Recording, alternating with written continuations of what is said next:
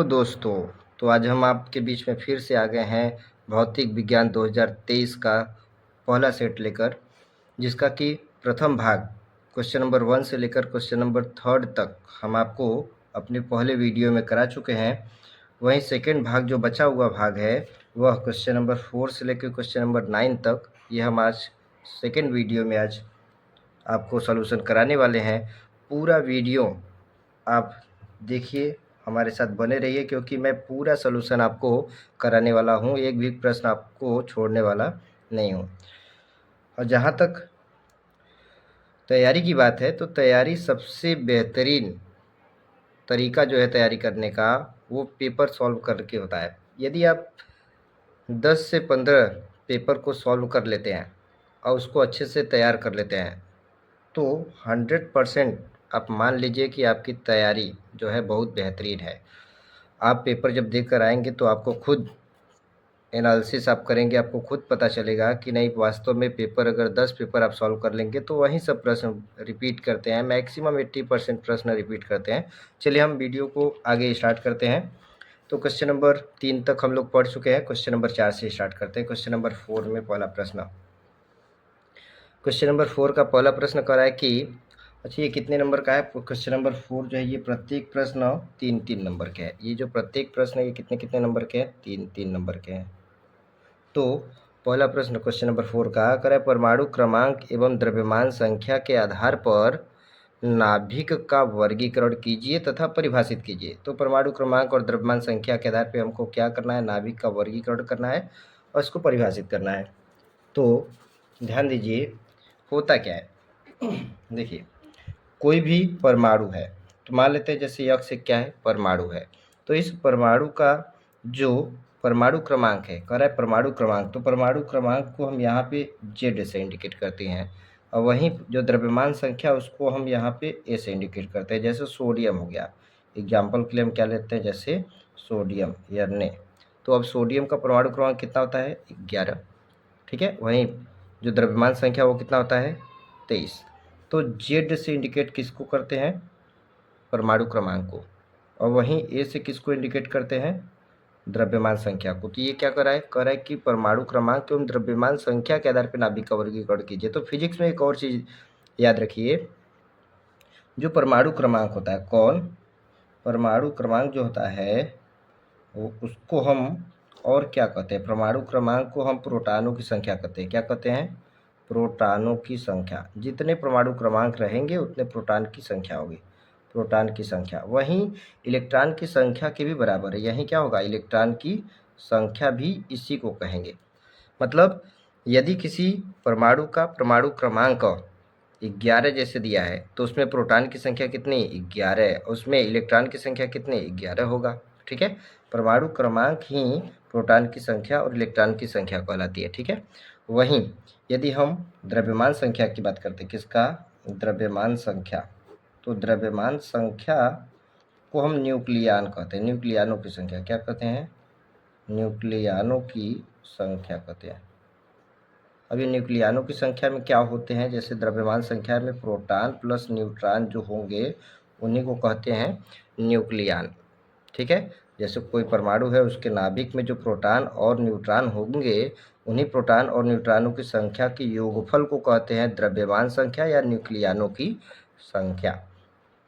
ठीक है, तो अब हमको परमाणु क्रमांक और द्रव्यमान संख्या, परमाणु क्रमांक क्या कह सकते हैं? प्रोटॉनों की संख्या या इलेक्ट्रॉनों की संख्या के आधार पे हमको नाभिक का वर्गीकरण करना है, और वही द्रव्यमान संख्या का मतलब न्यूक्लियनों की संख्या के आधार पर नाभिक का वर्गीकरण करना है। ठीक है, तो परिभाषित करना है। अब देखते हैं क्या है।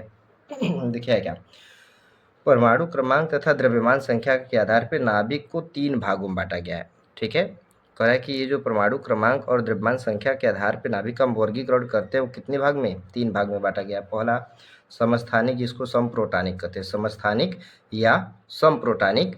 इसी को इंग्लिश में आइसोटोप्स कहते हैं। समस्थानिक को इंग्लिश में क्या कहते हैं? आइसोटोप्स। इंग्लिश नाम भी आप याद रखिएगा, बहुत इंपॉर्टेंट है। समस्थानिक या समप्रोटॉनिक आइसोटोप्स, या समप्रोटॉनिक को आइसोप्रोटॉन्स कहते हैं। ठीक है, समस्थानिक को आइसोटोप्स और समप्रोटॉनिक को आइसोप्रोटॉन कहते हैं। दूसरा समभारिक, दूसरा क्या है, समभारिक आइसोबार बोलते हैं। तीसरा सम न्यूट्रॉनिक आइसोटोन्स कहते हैं। तो नाभिक को 3 भागों में बांटा गया है, पहला समस्थानिक, दूसरा समभारिक, तीसरा सम न्यूट्रॉनिक। तो आपको क्या करा है कि आधार पे नाभिक का वर्गीकरण करना है। तो वर्गीकरण में 3 भाग है, तीनों भागों को बताना है, करा है परिभाषित कीजिए। तो परिभाषित करते हैं। पहला क्या है, समस्थानिक मीन्स आइसोटोप्स। समस्थानिक किसको कहते हैं, देखिए हम लोग सीधे सीधे केमिस्ट्री पढ़े हैं। समस्थानिक जिसका क्या होता है, स्थान समानता है। स्थान मतलब परमाणु क्रमांक, परमाणु क्रमांक क्या हो, समान हो। यदि परमाणु क्रमांक समान हो और परमाणु भार क्या हो, भिन्न भिन्न हो, परमाणु भार असमान हो। असमान का मतलब अलग अलग हो। यदि दो या दो से अधिक ऐसे परमाणु, दो या दो से अधिक ऐसे परमाणु जिनके परमाणु क्रमांक क्या हो, समान हो, परंतु परमाणु भार क्या हो, अलग अलग हो, उनको क्या कहते हैं, समस्थानिक कहते हैं। ये तो हम लोग केमिस्ट्री में पहले से पढ़ते आए हैं। इसी को दूसरी भाषा में इस प्रकार से भी कहते हैं, दोनों तरीका से है। ये क्या है कि समस्थानिक कैसे परिभाषित करेंगे, किसी तत्व के ऐसे विभिन्न परमाणु जिनके नाभिकों में प्रोटॉनों की संख्या, परमाणु क्रमांक मतलब प्रोटॉनों की संख्या समान होती है। परमाणु क्रमांक समान होती है या परमाणु क्रमांक को ही क्या कहते हैं, प्रोटॉन की संख्या। ठीक है, तो किसी तत्व के ऐसे विभिन्न परमाणु जिनके नाभिकों में प्रोटॉनों की संख्या समान होती है, परंतु न्यूट्रॉनों की संख्या, न्यूट्रॉनों का मतलब जिसको न्यूट्रॉन कहते हैं कि प्रोटॉन प्लस न्यूट्रॉन मिलकर न्यूक्लियन होते हैं। तो ये कह रहा है कि प्रोटॉनों की संख्या तो समान होती है, परंतु न्यूट्रॉनों की संख्या अलग अलग होती है, उसे समस्थानिक कहते हैं। ठीक है, जैसे हाइड्रोजन के 3 समस्थानिक, 1H1, 1H2, 1H3, protium, deuterium, tritium. ठीक है, तो अब समभारिक किसको कहते हैं, आइसोबार किसको कहते हैं, ऐसे नाभिक जिनमें न्यूक्लियनों की कुल संख्या समान होती है। न्यूक्लियनों की संख्या का मतलब द्रव्यमान संख्या, ठीक है ना, द्रव्यमान संख्या समान होती है, परंतु प्रोटॉनों तथा न्यूट्रॉनों की संख्या अलग अलग होती है, उसे समभारिक कहते हैं।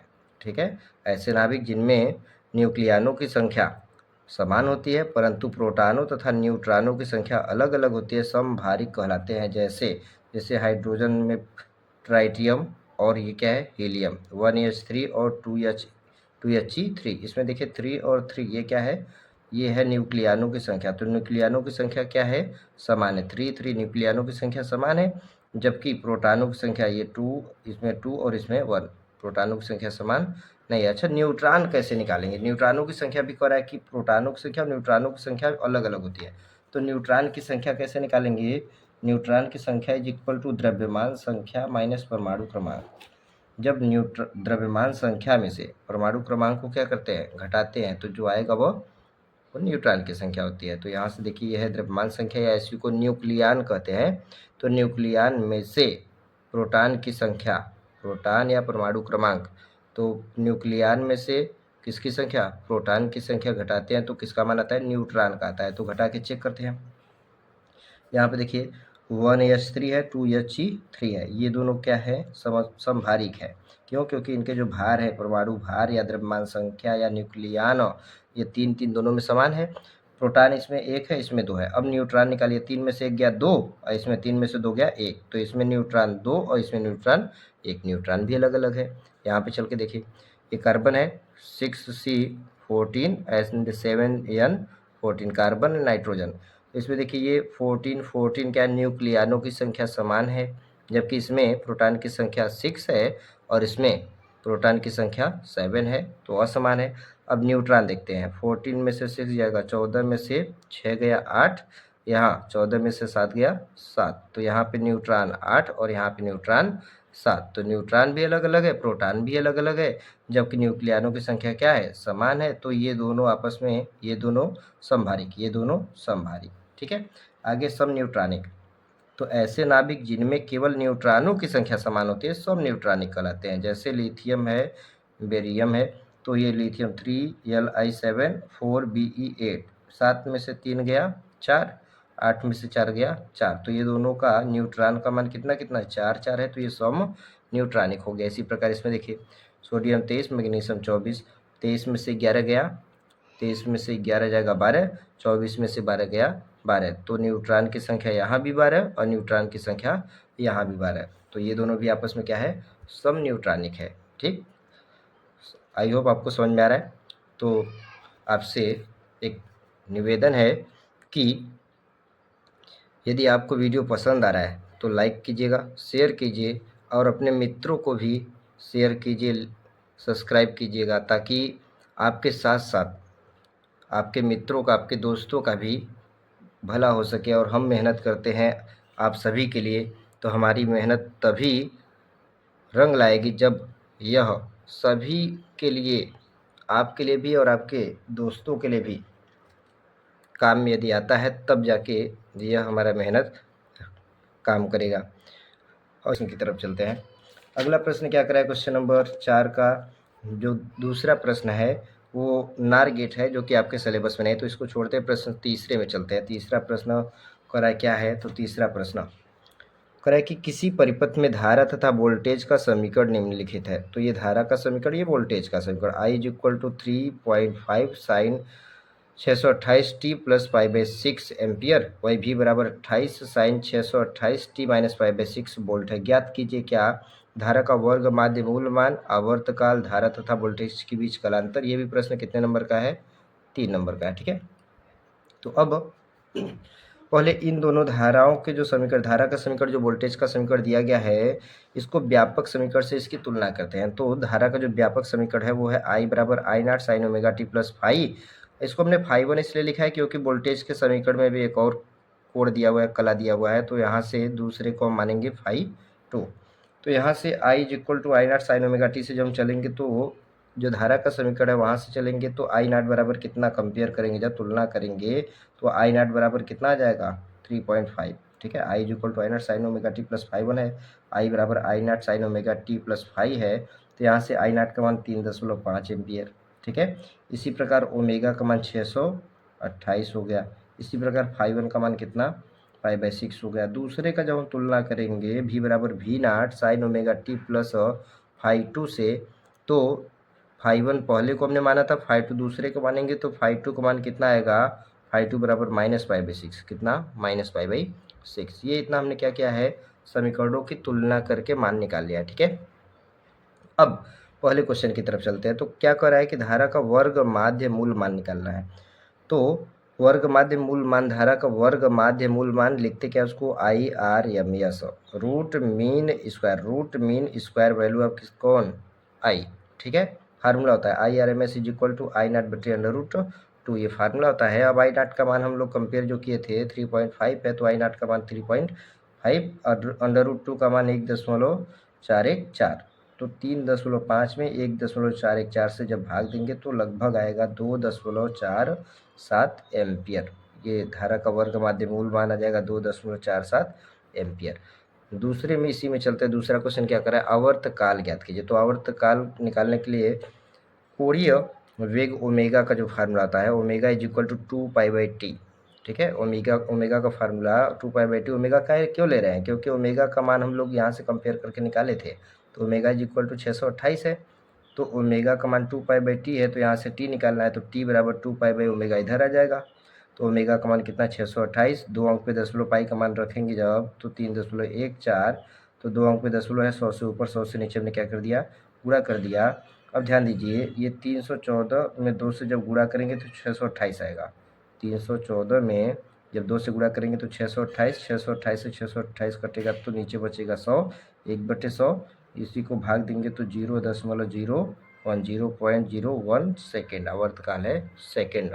ठीक है, तीसरा क्या करा है, धारा तथा वोल्टेज के बीच कलांतर निकालिए।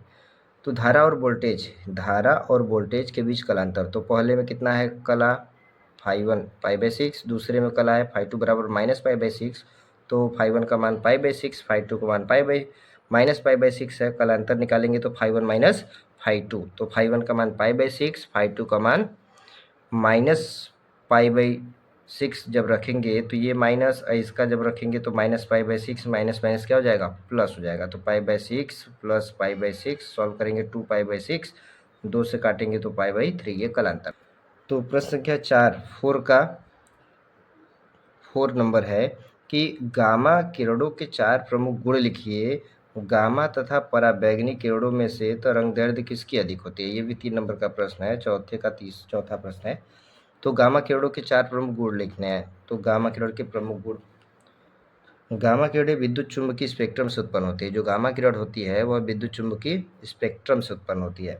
वहीं गामा किरणों में कोई द्रव्यमान नहीं होता है। जो गामा किरणें होती है उनमें कोई द्रव्यमान नहीं होता है। गामा किरणें उदासीन होती है, इनमें कोई आवेश नहीं होता है, तो गामा किरणें उदासीन होती है। गामा किरणों की 2 बार हो गया, इसको थोड़ा सा देख लीजिएगा।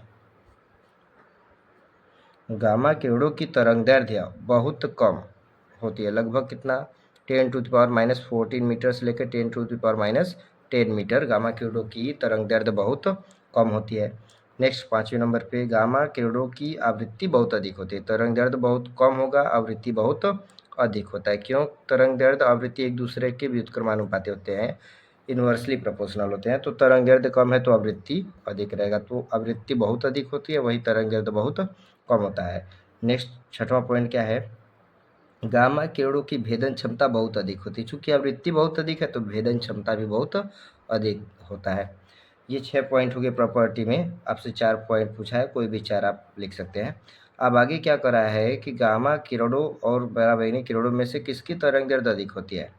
तो गामा किरण की तरंगदैर्ध्य पराबैंगनी किरण की तुलना में कम होती है। मीन्स पराबैंगनी किरण की जो तरंगदैर्ध्य है वह गामा किरण से अधिक होती है। अब आपको एक हम ट्रिक बताते हैं, एक तरीका बताते हैं। 1 नंबर यहाँ से हमेशा पूछता है बोर्ड के एग्जाम में कि किस किरण की तरंगदैर्ध्य या किस तरंग की तरंगदैर्ध्य अधिक होती है या किस तरंग की आवृत्ति अधिक होती है।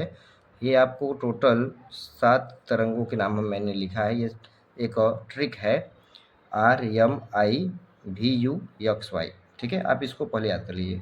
RMI VUXY, RMI VUXY, ऐसे 10 बार बोलेंगे याद हो जाएगा। RMI VUXY, RMI VUXY। अब बताते हैं है क्या। देखिए, R से रेडियो तरंग है। R से कौन सी तरंग है? रेडियो तरंग है। और M से माइक्रो तरंग है। I से इंफ्रारेड वेव्स है, इंफ्रारेड तरंग है। और V से विजिबल रेज है। U से अल्ट्रावायलेट तरंग है। यक्स से यक्स किरण है। ये Y को Y लिखा गया लेकिन आप इसको गामा पढ़िएगा। ये Y को आप क्या पढ़ेंगे? गामा। या आप क्या पढ़ेंगे? इसको गामा किरण पढ़ेंगे। ठीक है, तो रेडियो तरंग की तरंगदैर्ध्य सबसे अधिक, और जैसे जैसे आगे बढ़ेंगे तो तरंगदैर्ध्य क्या हो रहा है? डिक्रीज हो रहा है। मैंने लिखा है डिक्रीज तरंगदैर्ध्य। जैसे जैसे आगे जा रहे हैं तरंगदैर्ध्य क्या हो रहा है? घट रहा है। तो सबसे अधिक तरंगदैर्ध्य रेडियो तरंग की तरंगदैर्ध्य, फिर माइक्रो तरंग, फिर इंफ्रारेड, फिर विजिबल, फिर अल्ट्रावायलेट, फिर यक्स रेज, फिर गामा का। तो अब इसमें रेडियो को तो रेडियो ही कहते हैं, इंग्लिश और हिंदी दोनों। माइक्रोवेव सूक्ष्म तरंग होता है। माइक्रोवेव्स को क्या कहते हैं? सूक्ष्म तरंग। इंफ्रारेड अवरक्त किरण, इंफ्रारेड मीन्स अवरक्त किरण। विजुअल मतलब दृश्य किरण, दृश्य प्रकाश या दृश्य तरंग। अल्ट्रावायलेट पराबैंगनी प्रकाश या पराबैंगनी किरण। ठीक है, यक्स क्या है? यक्स किरण और गामा किरण। तो आपसे जो पूछा था वो क्या पूछा है? गामा और पराबैंगनी। तो ये यहाँ पे है गामा और यहाँ पे अल्ट्रावायलेट। अल्ट्रावायलेट मतलब पराबैंगनी। आप इसको हिंदी में याद कर लीजिएगा, इंग्लिश में ऐसे ट्रिक याद करके इसका हिंदी नाम जानिएगा। ठीक है, दोनों याद करिएगा।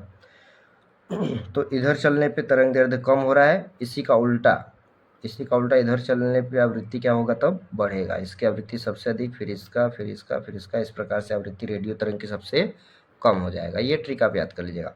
RMI VUXY, RMI VUXY। आगे चलते हैं। नेक्स्ट क्वेश्चन नंबर 5वें का पहला। अब क्वेश्चन नंबर 5 में चलते हैं। क्वेश्चन नंबर 5वां जो है यहाँ पे दिया हुआ है। तो क्वेश्चन नंबर 5वें का पहला 3 नंबर का ये भी प्रश्न है। क्राउन कांच से समावतल लेंस बनाना है। लेंस के पृष्ठों की त्रिज्या कितनी रखी जाए कि लेंस की क्षमता -2.5 डायोप्टर हो जाए। क्राउन कांच का अपवर्तनांक 1.65 है।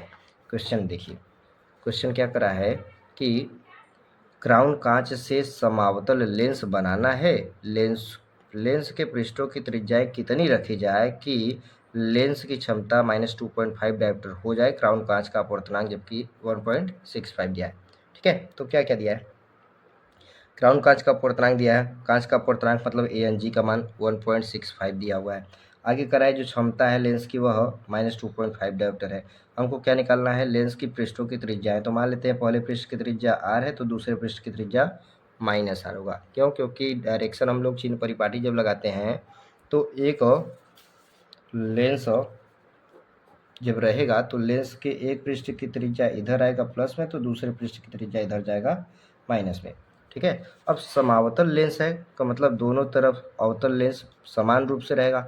समान रूप से अवतल लेंस है, समावतल का मतलब समान रूप से अवतल लेंस। तो समान रूप से अवतल लेंस रहेगा तो R1 R2 दोनों का मान क्या होगा, इक्वल रहेगा, बट चिन्ह के हिसाब से एक प्लस में रहेगा तो दूसरा माइनस में रहेगा। ठीक है। अब यहाँ पे हम लेंस मेकर का फार्मूला लगाते हैं।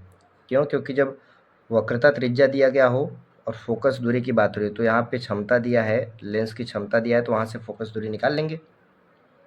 तो लेंस मेकर का सूत्र लगाते हैं 1/f is equal to ANG-1 bracket में 1/R1 माइनस 1/R2। अब जहाँ पे 1/f है उसका मान हम क्या कर देंगे, P कर देंगे। जहाँ पे 1/f है उसको P बना देंगे, और ये जो 1/f है यह किस में रहेगा, मीटर में। यह किस में रहेगा, मीटर में। तो अब 1/f की जगह फार्मूला में क्या लिख देंगे, P लिख देंगे। तो यही फार्मूला बन जाएगा P is equal to ANG-1 bracket में 1/R1 माइनस 1/R2। मैंने P क्यों किया, क्योंकि हमको जो दिया गया वो क्षमता P दिया गया है। अगर फोकस दूरी दिया रहता तो हम इसको फार्मूला को 1/f को 1/f ही रहने देते। ठीक है। लेकिन जो दिया गया उसके अकॉर्डिंग हम क्या करेंगे, क्षमता 2.5 माइनस में जो दिया है उसको क्षमता के रूप में मैंने बना दिया, 1/f की जगह P कर दिया। ठीक है। अब P का मान -2.5 दिया है, रख दिए। ANG का मान 1.65 रख दिए। फिर 1/R1 का मान 1/R माइनस 1/R2 का मान -R करेंगे तो माइनस माइनस यहाँ पे क्या हो जाएगा, प्लस हो जाएगा। तो अब ये -2.5 ऐसे ही है, 1.65 में से 1 घटाएंगे तो 0.65। ये 1/R प्लस 1/R को जोड़ेंगे तो 2/R। ठीक है ना, 2/R हो जाएगा। तो अब निकालना है R, तो R को इधर से इधर लेके जाते हैं, R चला गया ऊपर। ठीक है। और ये 2 का मल्टीप्लाई ये 0.65 में करेंगे तो 1.30 आ जाएगा।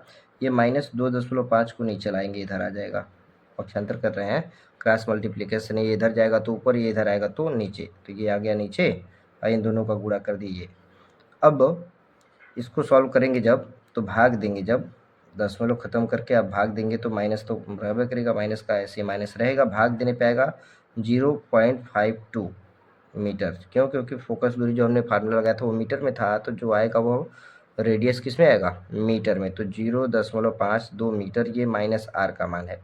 ठीक है। सेंटीमीटर में बदलेंगे तो 100 से गुणा कर देंगे तो हो जाएगा R बराबर -52 सेंटीमीटर।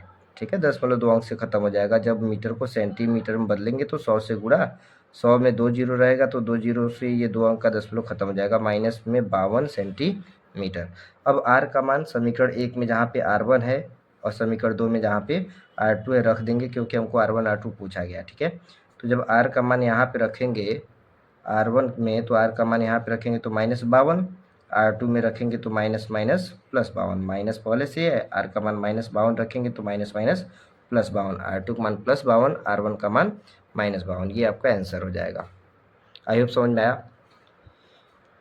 अच्छा लगा तो एक बार फिर से हम आपसे आग्रह करेंगे, अनुरोध करेंगे कि अच्छा लग रहा है तो आप वीडियो को लाइक, सब्सक्राइब, शेयर कीजिए। अपने कम से कम 1-2 मित्रों को वीडियो ज़रूर शेयर कीजिए जो कि कक्षा 12 बोर्ड के एग्ज़ाम की तैयारी करते हैं, तो उनको भी पता चले कि प्रिपरेशन कैसे कराई जाती है, तैयारी कैसे कराई जाती है, या तैयारी कैसे करना है उनको भी पता चले।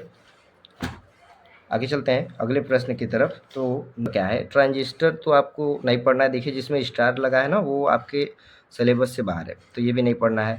आगे LCR, श्रेणी LCR प्रत्यावर्ती धारा परिपथ के अनुनादी आवृत्ति के लिए सूत्र का निगमन करना है। तो श्रेणी LCR परिपथ की बात कर रहा है। प्रत्यावर्ती धारा परिपथ के अनुनादी आवृत्ति के लिए सूत्र का निगमन कीजिए। तो पहले तो अनुनादी आवृत्ति कहते किसको है उसकी परिभाषा देखिए। कराए जब किसी प्रत्यावर्ती LCR परिपथ में, जब किसी परिपथ प्रत्यावर्ती LCR परिपथ में प्रेरण प्रतिघात धारितीय प्रतिघात की क्या हो, बराबर हो। प्रेरण प्रतिघात मीन्स एक्सियल, धारितीय प्रतिघात मीन्स एक्ससी के बराबर होता है तो उस परिपथ को अनुनादी परिपथ कहते हैं। प्रेरण प्रतिघात, धारितीय प्रतिघात ये आप पढ़े होंगे किस चैप्टर में, तो अल्टरनेटिंग करंट, प्रत्यावर्ती प्रत्यावर्ती धारा जो चैप्टर है, अल्टरनेटिंग करेंट, प्रत्यावर्ती जो धारा चैप्टर है बारे में, वहाँ पे आपको पीरियड प्रतिघात और धारती प्रतिघात पढ़ाया गया होगा, या नहीं पढ़ाया गया तो आप एक बार वहाँ से जाके देख लीजिएगा। हम क्वेश्चन का आंसर जो आपको पूछा गया है वो बताते हैं। ठीक है, आगे क्या करा है कि श्रेणी अनुनादी आवृत्ति के लिए सूत्र, तो अनुनादी आवृत्ति कहते किसको है, कह रहा है कि यदि एलसीआर परिपथ में प्रेरण प्रतिघात में एक्सियल धारती प्रतिघात में एक्ससी के यदि बराबर होता है तो उस परिपथ को अनुनादी परिपथ कहते हैं। उस परिपथ को अनुनादी परिपथ कहते हैं। उस परिपथ में जो आवृत्ति होगा उस आवृत्ति को कहते हैं अनुनादी आवृत्ति, अनुनाद आवृत्ति कहते हैं। ठीक है, तो अब अनुनाद की स्थिति के लिए एक्सएल बराबर कितना, एक्ससी है ना, परिभाषा में क्या गया है कि प्रेरण प्रतिघात धारती प्रतिघात की क्या होगा, बराबर होता है। तो एक्सएल बराबर कितना, एक्ससी, ये क्या लिखा है, एक्सएल। ठीक है, तो एक्सएल बराबर एक्ससी, तो एक्सएल का मान ओमेगा एल, एक्सएल बराबर कितना होता है, ओमेगा एल होता है, वहीं एक्ससी बराबर 1 ओमेगा सी होता है। तो यहाँ से ओमेगा इधर जाएगा तो ओमेगा स्क्वायर, एल को नीचे लाएंगे तो 1/एल सी, ओमेगा स्क्वायर बराबर 1/एल सी, तो ओमेगा बराबर 1/√एल सी, स्क्वायर हटाएंगे तो इसको इधर स्क्वायर रूट हो जाएगा, तो ओमेगा बराबर 1/रूट में एल सी। अब हमको निकालना है फ्रीक्वेंसी, तो ओमेगा का फार्मूला रख देंगे, ओमेगा बराबर 2πf, जहाँ एफ क्या है, फ्रीक्वेंसी आवृत्ति है, तो ओमेगा बराबर 2πf रख देंगे, तो यहाँ पे ओमेगा इक्वल टू 2πf, फिर बराबर 1/√एल सी, ये हो जाएगा 2πf इक्वल 1/√एल सी। तो यहाँ से एफ निकालना है, फ्रीक्वेंसी निकालना है, 2π इधर चला जाएगा तो 1/2π रूट में एल सी। यही अनुनादी आवृत्ति का क्या है, व्यंजक है, जो कि आपसे पूछा था, कितने नंबर का पूछा है, 3 नंबर का। यह है बोर्ड में आपसे 2023 पेपर में 3 नंबर का क्वेश्चन पूछा गया है। आगे चलते हैं अगले प्रश्न की तरफ। क्वेश्चन नंबर 5वें का चौथे नंबर का प्रश्न, बोहर के परमाणु मॉडल को समझाइए। बोहर का जो परमाणु मॉडल है उससे समझाइए, अथवा करके इसमें दिया है। एक उत्तेजित हाइड्रोजन परमाणु के इलेक्ट्रॉन की ऊर्जा -3.4 इलेक्ट्रॉन वोल्ट है, इस इलेक्ट्रॉन का कोणीय संवेग ज्ञात कीजिए। ठीक है, तो बोहर का परमाणु मॉडल हम आपको बताते हैं होता क्या है। बोहर का परमाणु मॉडल देखिए, इसको हम आपको नोट्स से समझा देते हैं। बोहर का परमाणु मॉडल, ये बोहर का परमाणु मॉडल देखिए यहाँ पे है। बोहर का परमाणु मॉडल ये है, नील्स बोहर पूरा नाम है उनका। तो नील्स बोहर ने रदरफोर्ड के परमाणु मॉडल की प्लांक के क्वांटम सिद्धांत के आधार पर कमियों को दूर किया। जो रदरफोर्ड के परमाणु मॉडल में जो कमियां थी, उन कमियों को नील्स बोहर ने कैसे दूर किया था, तो प्लांक के क्वांटम सिद्धांत के आधार पर दूर किया था। इसके आधार पर उन्होंने 3 परिकल्पनाएं किया था। तो 3 परिकल्पनाएं क्या क्या था, वो पहले नंबर का देखिए क्या है, इलेक्ट्रॉन केवल उन्हीं कक्षाओं में घूम सकता है जिनमें उनका कोणीय संवेग h/2π का क्या होगा, पूर्ण गुणज होगा। अतः बोहर के इस परिकल्पना के अनुसार कोणीय संवेग का जो मान है वह h/2π का पूर्ण गुणज है। मान लीजिए n कक्षा है, तो n कक्षा के लिए h/2π का पूर्ण गुणज करेंगे तो n/2π, तो ये कोणीय संवेग। nवीं कक्षा में इलेक्ट्रॉन का कोणीय संवेग m(v(r) बराबर nh/2π, जहाँ m इलेक्ट्रॉन का द्रव्यमान है, r n कक्षा की त्रिज्या है, nवीं कक्षा की त्रिज्या। जैसे ये मान लीजिए ये हमारी कक्षा है, nवीं कक्षा है, तो यहाँ से यहाँ तक की त्रिज्या कितनी, r मान लिया है। ठीक है ना, ये त्रिज्या r है और इलेक्ट्रॉन का द्रव्यमान कितना है, m है, और ये किस वेग से गति कर रहा है, v वेग से। किस वेग से गति कर रहा है, v वेग से गति कर रहा है। तो कोणीय संवेग m(v(r) बराबर nh/2π। ठीक है, ये जो समीकरण, ये जो फार्मूला है, करें इस समीकरण को बोहर का क्वांटीकरण प्रतिबंध कहते हैं। ये जो समीकरण आया था m(v(r) = nh/2π, इस समीकरण को बोहर का क्या कहते हैं, क्वांटीकरण प्रतिबंध कहते हैं। आगे उसमें कराए, इस प्रकार से परमाणु के बोहर मॉडल में इलेक्ट्रॉन केवल कुछ निश्चित त्रिज्या वाले कक्षा में ही घूम सकते हैं। कुछ निश्चित, इलेक्ट्रॉन फिक्स कक्षा में हो गया कि वह अपने ही कक्षा में घूम सकते हैं। तो इलेक्ट्रॉन जिस कक्षा में घूमेगा, इन कक्षा को अस्थायी कक्षा कहते हैं। जिस कक्षा में इलेक्ट्रॉन घूमता है उस कक्षा का नाम क्या होता है, अस्थायी कक्षा कहते हैं। दूसरा पॉइंट क्या है, अस्थायी कक्षा में घूमते समय इलेक्ट्रॉन ऊर्जा का उत्सर्जन नहीं करते हैं। अस्थायी कक्षा में जो इलेक्ट्रॉन घूमते हैं वह इलेक्ट्रॉन ऊर्जा का उत्सर्जन नहीं करता है। जब ऊर्जा का उत्सर्जन नहीं करेगा तो नाभिक की तरफ वह खींचा नहीं जाएगा। तो रदरफोर्ड का जो परमाणु मॉडल में पहली कमी थी वह कमी यहाँ से दूर हो रहा है। ठीक है, कि वो इलेक्ट्रॉन घूमते घूमते ऊर्जा लॉस करेगा, फिर धीरे धीरे नाभिक की तरफ जाते जाते नाभिक में गिर जाएगा, फिर नाभिक में गिर जाएगा तो परमाणु का अस्तित्व समाप्त हो जाएगा। तो इसमें बोहर ने क्या कहा कि इलेक्ट्रॉन एक निश्चित कक्षा में चक्कर लगाते हैं और उस कक्षा को स्थायी कक्षा कहते हैं, और स्थायी कक्षा में घूमते समय इलेक्ट्रॉन ऊर्जा का उत्सर्जन नहीं करते हैं, वो अपने फिक्स कक्षा में घूमते ही रहते हैं। तीसरा पॉइंट क्या है, जब परमाणु को बाहर से ऊर्जा दिया जाता है, यदि परमाणु को क्या कर दिया जाए, बाहर से ऊर्जा दिया जाता है, तो उसका एक इलेक्ट्रॉन अपनी निश्चित कक्षा को छोड़कर ऊंची कक्षा में चला जाता है, ऊपर वाली कक्षा में चला जाएगा। अपनी कक्षा छोड़कर कहाँ चला जाएगा, ऊपर वाली कक्षा में चला जाता है। परमाणु की यह अवस्था उत्तेजित अवस्था कहलाती है। उस समय परमाणु को क्या कहते हैं, एक्साइटेड स्टेट कहते हैं। परमाणु को उत्तेजित अवस्था, परमाणु की उत्तेजित अवस्था कहलाती है।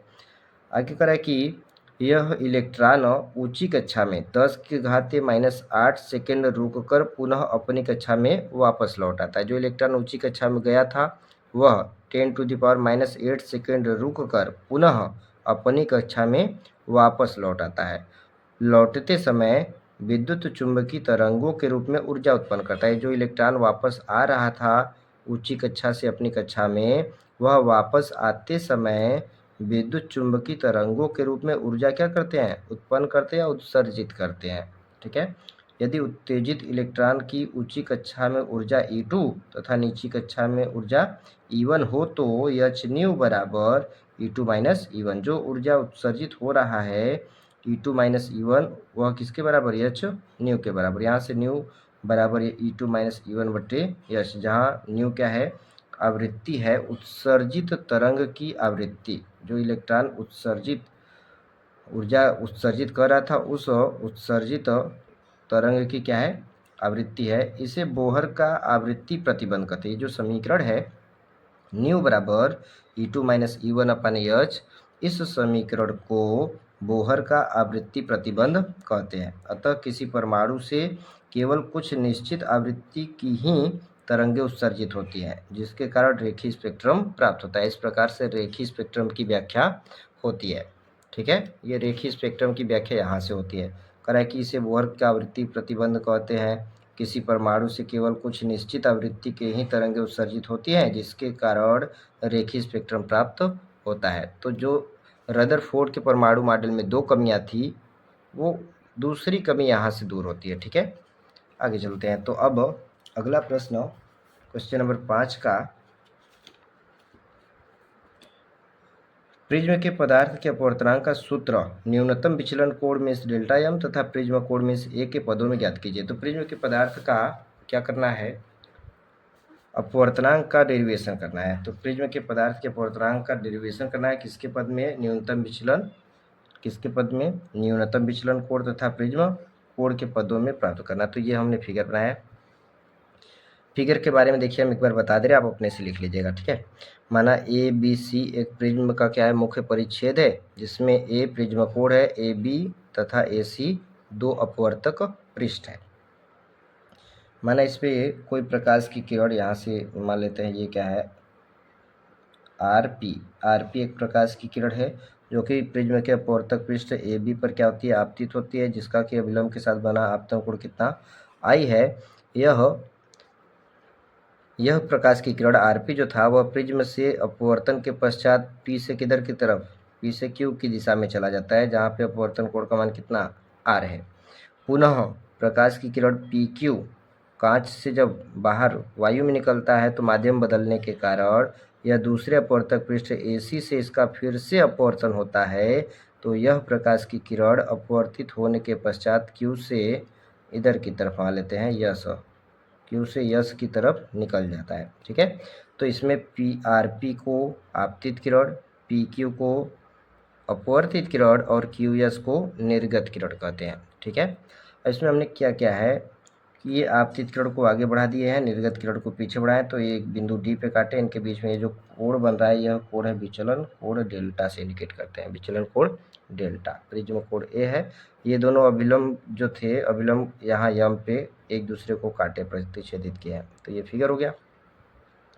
अब इसमें डेरिवेशन में चलते हैं। तो चित्र में कोण ए प्लस कोण यम बराबर 180 अंश। ये जो कोण ए है और ये कोण जो यम है ये जोड़ने पे कितना 180 अंश। ठीक है। कैसे? चक्रीय चतुर्भुज से। चक्रीय चतुर्भुज कहता है कि कोणों के चतुर्भुज के आमने सामने के कोणों का योगफल कितना 180 अंश। देखिए इसमें एक चतुर्भुज A P M Q A ये चतुर्भुज है। यह अभिलंब होने के कारण ये अभिलंब और ये अभिलंब होने के कारण यहाँ पे कोण 90, यहाँ पे कोण 90, 90 90 180। तो ये दोनों कोण जोड़ेंगे तो भी इनका मान 180, तभी तो चारों कोणों का योगफल 360 आएगा। तो ए प्लस एम बराबर कितना 180 अंश। ठीक है। तो इसी प्रकार आगे चलते हैं, त्रिभुज लेते हैं। कौन सा त्रिभुज? ये नीचे का त्रिभुज लेते हैं, पी एम क्यू पी, ये त्रिभुज है नीचे का। तो इसमें आर प्लस आर डैश और नीचे एम, ये तीनों कोणों का योगफल कितना 180 अंश।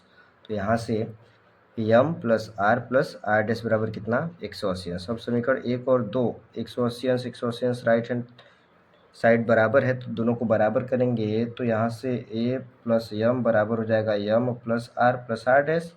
इसमें यम यम दोनों तरफ कैंसिल हो जाएगा तो ए बराबर कितना मिलेगा? ए बराबर आर प्लस आर डैश बराबर कितना? ए मिल जाएगा। समीकरण 3 मान लिए। दूसरा त्रिभुज लेते हैं। त्रिभुज कौन सा? पी है, क्यू है और ये डी, पी क्यू डी त्रिभुज में। ठीक है। बहिष्कोण का नियम लगाएंगे। अंदर का यह कोण बाहर वाले कोण के क्या होगा? बराबर होगा। तो ये अंदर का कोण कितना होगा? टोटल है आई में से आर निकालेंगे, आई में से आर निकालेंगे तो ये हो जाएगा आई माइनस आर। ये कोण बचेगा। इसी प्रकार आई डैश में से आर डैश निकालेंगे तो ये बचेगा I dash minus R dash. ये शीर्षाभिमुख कोण से पूरा कोण आई डैश, इधर वाला शीर्षाभिमुख कोण से पूरा आई था। ठीक है। तो ये ऊपर हो जाएगा आई माइनस आर, इधर हो जाएगा I dash minus R dash. इन दोनों कोणों को जोड़ने पर बहिष्कोण डेल्टा के बराबर। तो वहीं किए हैं, I minus R plus I dash minus R dash बराबर डेल्टा। तो इसको आई प्लस आई डैश एक साथ, फिर माइनस आर डैश था तो इसको एक साथ कर लिया, आई प्लस आई डैश, फिर माइनस ये माइनस तो माइनस कॉमन कर लिया है तो आर माइनस आर डैश बराबर डेल्टा। ये समीकरण 3 से चलते हैं। अब तो समीकरण 3 से आर प्लस आर डैश बराबर कितना था? ए। तो आर प्लस आर डैश बराबर कितना कर देते हैं? ए कर देते हैं। तो I plus I dash minus A, R minus R dash का मान कितना? 3 से, समीकरण 3 से ए है तो इसका मान ए कर दिए। आई प्लस आई डैश माइनस ए बराबर कितना हो जाएगा? डेल्टा हो जाएगा। ठीक है।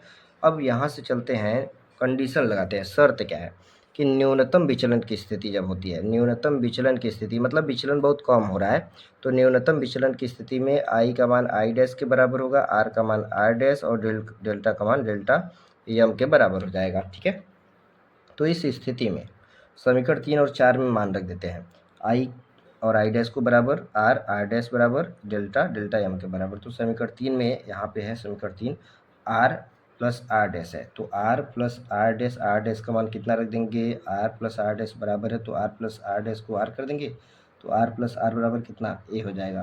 तो यहाँ से 2r बराबर ए, तो r बराबर ए बाई 2। इसी प्रकार समीकरण 4 में चलते हैं। तो समीकरण 4 में है आई प्लस आई डैश माइनस ए, तो आई प्लस आई डैश को आई कर देंगे, क्यों? क्योंकि आई बराबर आई डैश है। तो आई प्लस आई डैश की जगह आई माइनस ए बराबर डेल्टा एम, तो ये हो जाएगा 2i माइनस ए को उधर लेके जाएंगे तो 2i बराबर ए प्लस डेल्टा एम, तो i बराबर ए प्लस डेल्टा एम बाई 2 हो जाएगा। ठीक है। अब स्नेल का नियम लगाते हैं, क्यों? क्योंकि हमको पूर्णांक निकालना है। तो स्नेल के नियम से, स्नेल का नियम क्या कहता है कि n बराबर साइन आई बटे साइन आर। तो जहाँ पे i का मान ए प्लस डेल्टा एम बटे 2 है वो रख देंगे, आर का मान कितना है? आर का मान ये है, देखिए 2 मान है, दोनों मान को हम अंडर ब्रैकेट कर दे रहे हैं। ये आर का मान है और यह आई का मान है। ठीक है। तो आर का मान यहाँ पे रखेंगे, आई का मान यहाँ पे। तो आई का मान कितना? ए प्लस डेल्टा एम बाई 2 और आर का मान कितना रखेंगे? तो आर का मान यहाँ पे ए बाई 2, यहाँ पे आर का मान ए बाई 2 और आई का मान ये। तो आई और आर का मान रखेंगे तो यह आ जाएगा प्रिज्म के पदार्थ के अपवर्तनांक का सूत्र। ठीक है। आगे चलें। तो ये 5वां प्रश्न हो गया। अब 6वें प्रश्न की तरफ चलते हैं। तो विद्युत परिपथ के लिए किरचॉफ के दोनों नियमों को समझाइए। तो किरचॉफ का दोनों नियम समझाना है। ये 6वां प्रश्न 5 नंबर का। विद्युत परिपथ के लिए किरचॉफ के दोनों नियमों को समझाइए। तो किरचॉफ ने सन 1842 ईस्वी में 2 नियम दिए थे जिनकी सहायता से किसी भी जटिल परिपथ के विभिन्न चालकों के बीच धारा का वितरण ज्ञात कर सकते हैं। ठीक है। इसमें कठिन कोई जटिल परिपथ होता है तो उस जटिल परिपथ में धारा के वितरण को ज्ञात किया जाता है कि धारा का मान किधर कितना होता है। तो प्रथम नियम चलते हैं। प्रथम नियम को संधि नियम भी कहते हैं, दोनों नाम याद रखना, संधि नियम प्रथम नियम को कहते हैं। तो इस नियम के अनुसार, जो पहला नियम है क्या, इसके अनुसार क्या होता है, तो इस नियम के अनुसार किसी वैद्युत परिपथ में किसी भी संधि पर मिलने वाली समस्त धाराओं का बीजगणितीय योग शून्य होता है, अर्थात summation I is equal to 0। अब ये देखिए परिपथ है, इस संधि पर मिलने वाली, ये हमारा परिपथ है जो कि एक संधि पे क्या हो रहा है, मिल रहा है।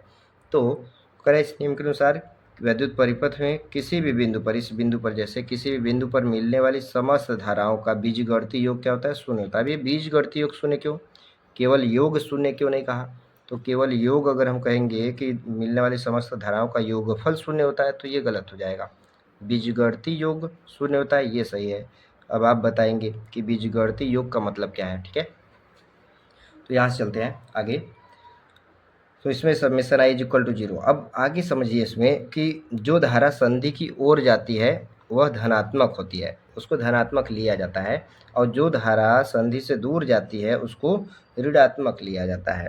तो इसमें दो धारा है I1 I2 जो कि बिंदु O की तरफ जा रहा है, तो I1 I2 प्लस में है, और वही I3 I4 I5 ये तीनों धाराएं संधि से क्या हो रही हैं, दूर जा रही हैं, तो ये तीनों किस में होंगे, माइनस में रहेंगे। ये पूरा हमने जोड़ने पे बराबर कितना, 0, ठीक है। ये तीनों माइनस को उधर लेके जाएंगे तो प्लस हो जाएगा, तो I1 प्लस I2 बराबर I3 plus I4 plus I5। तो यहाँ से क्या पता चल रहा है, यहाँ से पता चल रहा है कि संधि की ओर आने वाली धारा का योगफल बराबर संधि से दूर जाने वाली धारा का योगफल। इस प्रकार संधि की ओर आने वाली धाराओं का योग संधि से दूर जाने वाली धाराओं के योगफल के बराबर होती है। आगे समझिए, आगे करें कि इस और नियम को संधि का नियम भी कहते हैं, यह नाम याद रखिएगा, संधि का नियम। और यह नियम आवेश संरक्षण को व्यक्त करता है। इसको मैंने हाईलाइट किया है इसलिए क्योंकि ये बहुत इंपॉर्टेंट है, 1 नंबर का पेपर में अलग से पूछता है ये कि जो संधि का नियम है, किरचॉफ का प्रथम नियम किसको व्यक्त करता है, या संधि का नियम किसको व्यक्त करता है, तो संधि का नियम आवेश संरक्षण को व्यक्त करता है, ठीक है। दूसरी नियम की तरफ चलते हैं।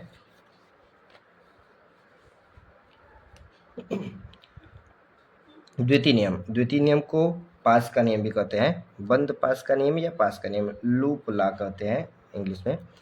इसमें क्या होता है, इस नियम के अनुसार किसी परिपथ के प्रत्येक बंद पास में बहने वाली धारा तथा उसके संगत प्रतिरोध के गुणनफल का बीजगणितीय योग उस पास में लगे कुल विद्युत वाहक बल के बीजगणितीय योग के बराबर होता है। अब ये याद करने में तो कठिन हो गया, तो तरीका समझिए। करे धारा उसके संगत प्रतिरोध के गुणनफल का योग, ये योग नहीं, ये क्या है, बीजगणितीय योग है।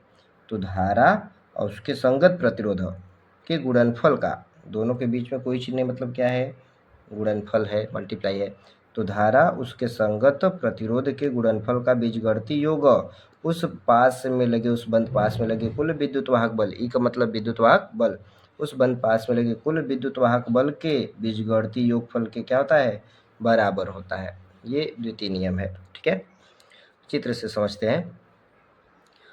तो ये दो बंद पास हमने लिया है, फर्स्ट सेकेंड, ठीक है। पहले बंद पास में ये विद्युत वाहक बल यहाँ पे E1 है, और दूसरे बंद पास में यहाँ पे विद्युत वाहक बल E2 है, ठीक है। तो ये पहले बंद पास में यहाँ पे प्रतिरोध R1 है, और यहाँ पे प्रतिरोध R2 और यहाँ पे प्रतिरोध R3 है। यहाँ से धारा I1 चल रहा है और इसमें से धारा I2 चल रहा है, दोनों आगे चल के इधर I1 प्लस I2 मिल के जा रहे थे, फिर इधर पुनः अपना I2 धारा हो गया और इधर I1 धारा हो गया, तो दो बंद पास है।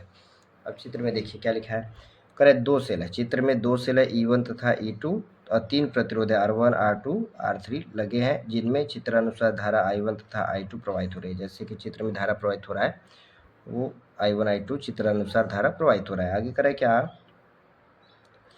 किरचॉफ बंद पास के नियम से, किरचॉफ बंद पास के नियम से, किरचॉफ के बंद पास के नियम से,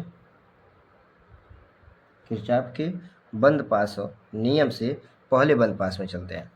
तो प्रथम बंद पास में ये फर्स्ट लूप में चलेंगे, तो धारा उसके संगत प्रतिरोध, तो देखिए प्रथम बंद पास में ये धारा, इसमें I1, तो इसमें प्रतिरोध कितना R1, तो I1 R1। ये दूसरे को भूल जाइए, आप नीचे वाला एकदम भूल जाइए कि नीचे भी कुछ है, ठीक है ना। आप नीचे का भी एकदम भूल जाइए कि नीचे भी कुछ है, ठीक है।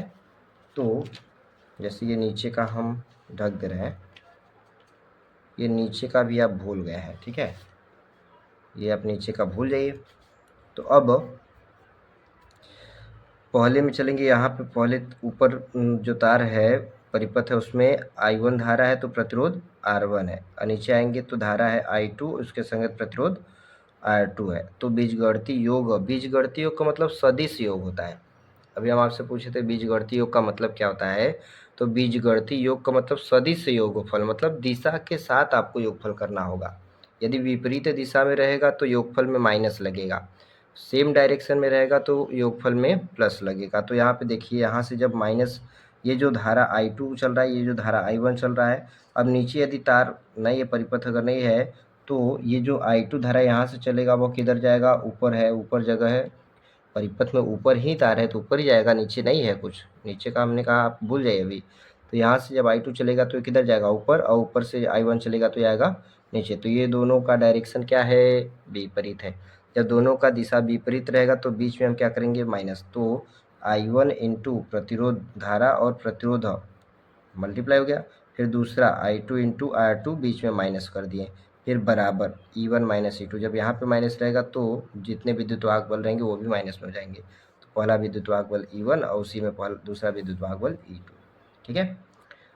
इसी प्रकार दूसरे बंद पास में आते हैं। तो अब दूसरे बंद पास में जब चलेंगे तो पहला भूल जाइए, ठीक है, ये पहला भूल जाइए अब। और दूसरे बंद पास में देखिए, दूसरे बंद पास में इस तार में धारा I2 प्रतिरोध R2, और इस तार में धारा है I1 प्लस I2 और प्रतिरोध है R3। अब डायरेक्शन की बात करते हैं। देखिए, यहाँ से जब धारा चला I2 तो ये किधर जाएगा, नीचे आएगा, और नीचे पहले से ही धारा एक जा रहा है, कौन, I1 प्लस I2। तो I2 और इसकी दोनों की दिशा क्या है, समान है। जब दिशा समान रहेगा तो अब बीच में क्या करेंगे, प्लस लगाएंगे। तो धारा संगत प्रतिरोध, फिर धारा संगत प्रतिरोध का गुणनफल, बीच में दोनों के लिए क्या लगाएंगे, प्लस। क्यों, क्योंकि दिशा दोनों का क्या है, समान है। तो ये धारा I2 प्रतिरोध उसमें R2, फिर प्लस इस तार में धारा I1 प्लस I2 और प्रतिरोध R3, तो I1 प्लस I2 प्रतिरोध R3। इन दोनों की दिशा चूंकि समान है तो बीच में क्या है, प्लस, फिर बराबर। इसमें कुल विद्युत वाहक बल कितने हैं, E2, एक ही सेल लगा है E2, और इसमें तो कहीं सेल लगा नहीं, तो बराबर E2। ये दूसरे बंद पास के लिए हो गया, ठीक है। अब ये जो किरचॉफ का दूसरा नियम है, यह ऊर्जा संरक्षण को व्यक्त करता है। प्रथम नियम किसको व्यक्त करता था, आवेश संरक्षण को। दूसरा नियम किसको व्यक्त करता है, ऊर्जा संरक्षण को। इसे लूप का नियम भी कहते हैं, पास का नियम या बंद पास का नियम, लूप का नियम, इसे वोल्टता का नियम भी कहते हैं। आप ये नाम भी याद रखिए, जो दूसरा नियम द्वितीय नियम है, इसे वोल्टता का नियम भी कहते हैं, ठीक। आगे चलें, आगे देखिए अगला प्रश्न क्या करा है। क्वेश्चन नंबर 7वें में कराए, लुईस दी ब्रोगली के द्रव्य तरंग अवधारणा से क्या तात्पर्य है। द ब्रोगली तरंगदैर्ध्य के लिए संबद्ध गतिज ऊर्जा के पदों में स्थापित कीजिए। तो आगे के 3 प्रश्न, क्वेश्चन नंबर 7, 8 और 9 के जो 3 प्रश्न लॉन्ग क्वेश्चन है, ये हम आपको नेक्स्ट वीडियो में बताएंगे, क्योंकि वीडियो बड़ा हो रहा है। तो हम कोशिश करेंगे कि आपको एक और वीडियो प्रोवाइड करेंगे जिसमें कि ये तीनों प्रश्नों का आंसर हम आपको पूरा सॉल्यूशन के साथ देंगे, ठीक। आई होप आपको अच्छा लगा होगा, समझ में आया होगा।